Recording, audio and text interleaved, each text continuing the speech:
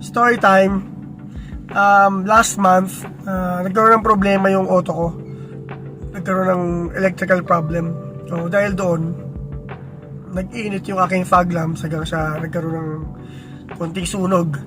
Konti lang, nasunog lang yung buong headlight, bumper, tsaka yung fender liner. So, in short, hindi ko nagamit yung auto ko ng medyo matagal din na araw. Siguro umabot yun ng mga mag-iisang buwan. Ngayon, nung nadaan ako sa bahay, kinamusta ako ng tatay ko. Sabi niya, "O Joe, kumusta yung auto mo?" Tapos syempre, paawa epek ko. Wala pa nga dad eh. Hindi pa nga naayos eh. Kasi wala pa daw stock yung nahanap pa daw yung bumper. Siyempre kailangan pang bumili ng bago, bumper, ng headlight, and so on and so forth. Tapos lagi na nga pa sa kilikili ko kasi ang hirap mag-commute, dad. Init-init. Tapos nakakatuwa lang, out of nowhere, sabi ng tatay ko, sige, basta pag kailangan mo ng tulong, sabihan mo lang ako. Tandaan mo, daddy mo pa rin ako. Parang nung narinig ko yung bagay niyon, parang bigla akong natuwa. Kasi syempre, may mga problema tayo sa buhay na minsan sinusolo lang natin eh.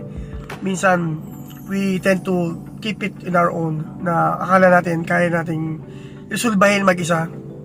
Pero nung moment na yun, nung sinabi ng tatay ko na, pagka sabihan mo lang ako, tandaan mo, daddy mo pa rin ako. Parang it gives me assurance na, may mga problema ako minsan, o tayo mismo in general, na minsan nilalaban natin mag-isa. Pero hindi natin alam na kung i-share lang natin sa mga parents natin, pwede pala nila pa rin tayong tulungan. Kagaya ko, I'm 38 now. Meron na rin akong, magulang na rin ako, no? Meron na rin akong mga anak. Pero, yung tatay ko, pinapaalala niya sa akin na, daddy mo pa rin ako. Parang gano'n na, regardless with the age. So, nakakatuwa lang yung ganong kwentong magulang na, meron pa rin, yung tatay mo pa rin, yung nanay mo pa rin, kapag nagsabi ka ng problema mo, o nararanasan mo, struggles mo sa buhay, talagang talagang they are always ready to help you sa lahat ng bagay na kaya nilang gawin. So, yun lang yung kwentong to. Nakakatuwa lang na may ganun klaseng mga magulang ako. At siguro kayo din, So, yun lang, Sana, kung napanood itong vlog na to, very short lang, share nyo rin yung mga kwentong magulang nyo na kung saan na naramdaman nyo yung love nila para sa inyo.